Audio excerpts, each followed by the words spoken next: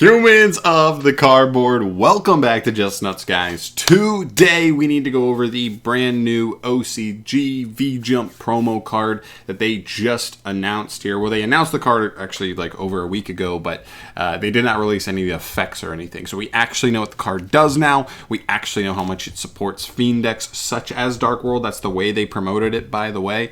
When they released it, they were like, this helps decks like Dark World. Oh, they're getting a new structure deck, right? Smart branding, all that stuff. Cool.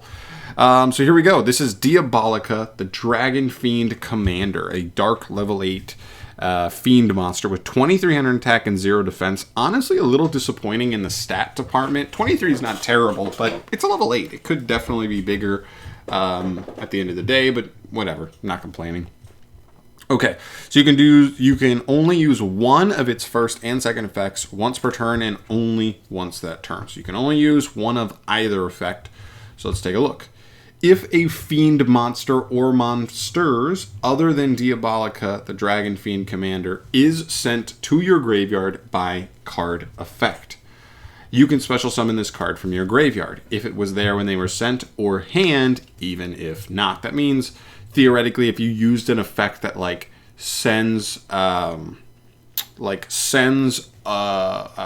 fiend, that's going to send a fiend from your hand to the graveyard or field to graveyard by card effect to add this card, then this card would be able to trigger because it wasn't in the hand when it activated, but it ended up being there in time to meet that trigger. And the second effect, if this card itself is sent to the graveyard by card effect, you can target one Fiend monster in your graveyard, except for Diabolica, the Dragon Fiend Commander. Add it to your hand. So very interesting. Really, really cool. There's a couple of really interesting synergies here. Do I think this card's broken? Absolutely not. Do I think it's a decent little extender? For sure. This is the kind of extender I actually would like to see for Ogdoadics. It's level 8. If it was a reptile, it triggers when you just send anything. It's very easy for that deck to send any reptile, right? Stuff like that. But I think this still is going to be pretty easy enough to use. Second little knock on it would be that you can only use one of its 2 effects per turn. You cannot use both, which is kind of lame.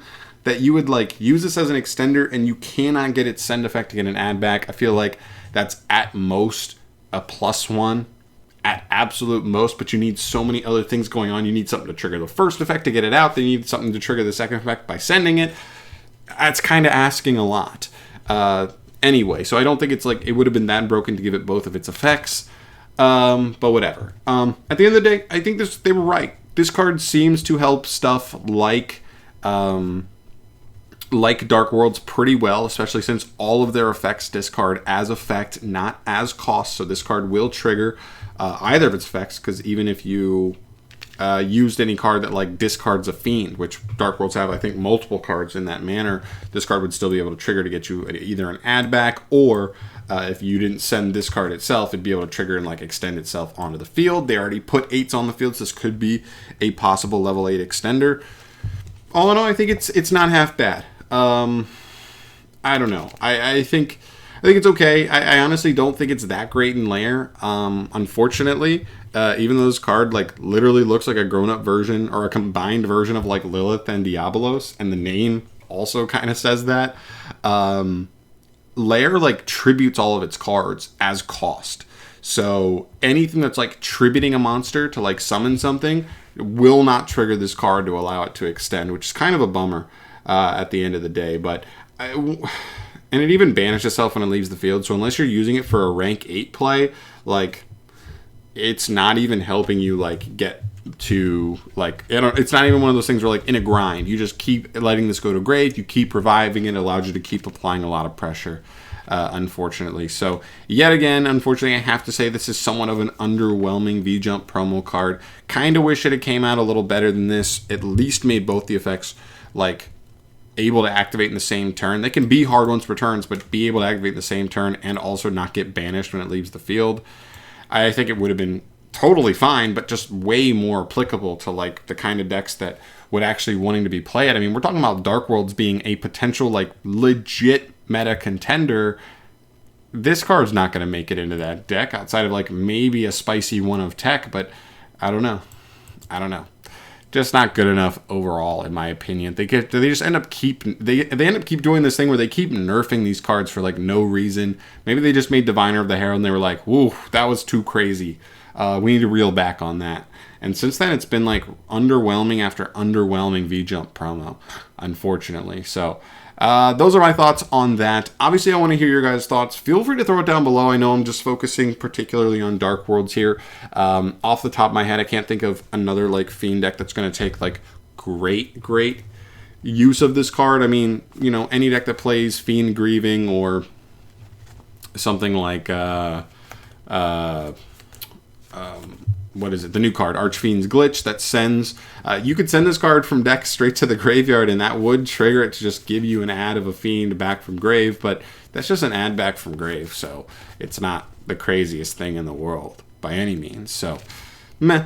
Just meh at the end of the day. But there we go. Like I said, let me know your thoughts down below in the comment section down below. Subscribe to the channel for more things news. By the way, if you haven't heard, we're getting the new deck build pack, or at least the OCG is getting the new deck build pack in the next...